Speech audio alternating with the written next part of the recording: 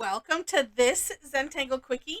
My name is Heather Hartwick Gladden. I'm a certified Zentangle teacher. And today we're going to take a look at the Tangle Flowtus from CZT Lara Williams.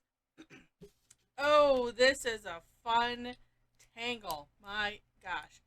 So today, the time of this recording, it is Thursday, which means it's Tangle Time Day. And so that Tangle Time is a free class, free sessions that I offer every Thursday, two of them, and we just take a tangle and have fun with it. So this one, actually, you know what I'm going to do? Because this one starts on a line, and I kind of need to have a line. So I'm going to just, this would be, we'll call that a partial string line. And from here, if you've done the Tangle Crescent Moon, this will seem familiar, except we're not going to fill it in. So in the center of wherever you want this, unless of course you want it off center, and then that's completely different. So just a big C-shaped curved line. Then aura it.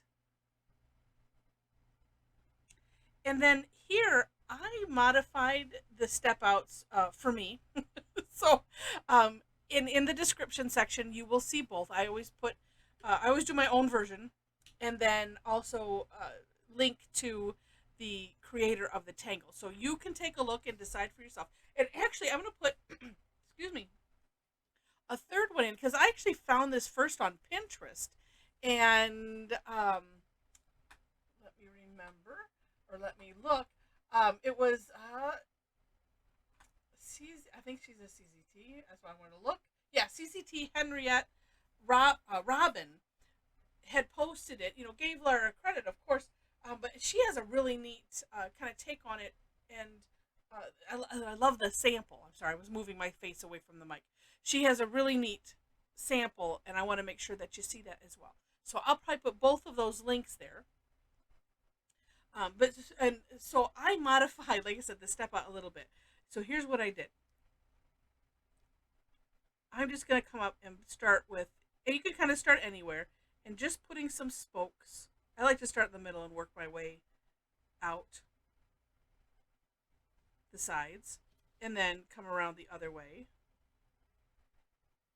And it looks like we're making a sunrise. Okay, so just like that.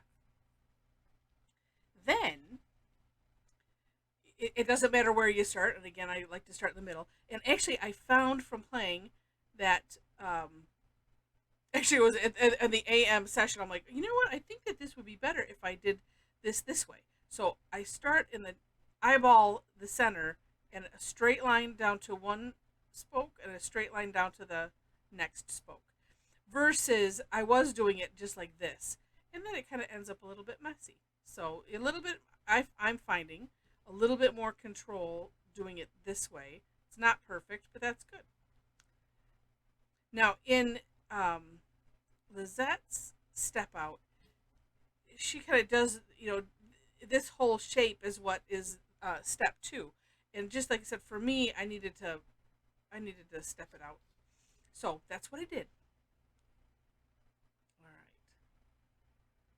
And we just continue. And of course you can play with, how the angle of those, if you wanted them short or tall.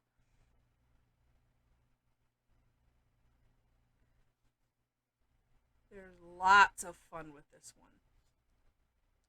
And let's see, I'm going to imagine that would be, there we go. All right. Then, now, so, you know what? Oh, no, I'm going to go ahead and I'm going to do it the way Lizette has. Because the samples that I will show you, I did it a different way. So what she shows is just kind of in the middle, just a nice little straight line.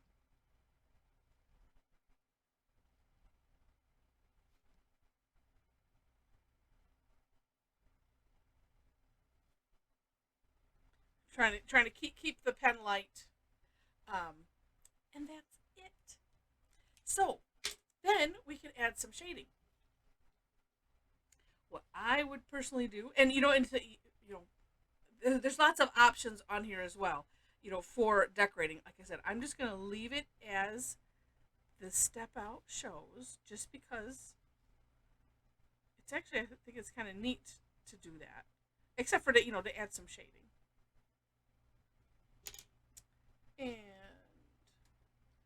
I've got 12 tortillas laying around here, all different colors. All right, let's just see. Oh yes. Mm-hmm. And then I'm just going to put some kind of at the tips. I might bring it down a little bit further, but I just want to see what this looks like first.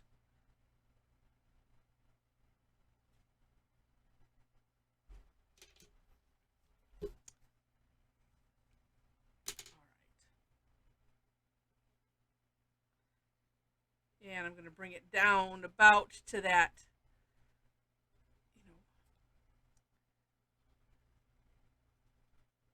where I started the points. Maybe a little bit further. Let's see. Oh yes, maybe a little bit further is good. And I want to have a nice gradient, so it's like I'm just well, and I also don't want it to look like a line. It's starting to look a little liney.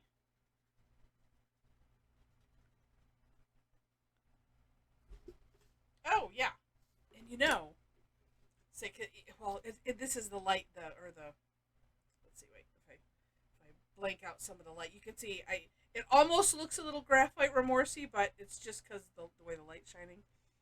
But if that happens, I'm just going to put a little bit more up here at the tip.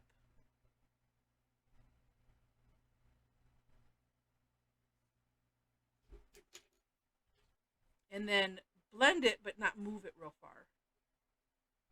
Yes, like that.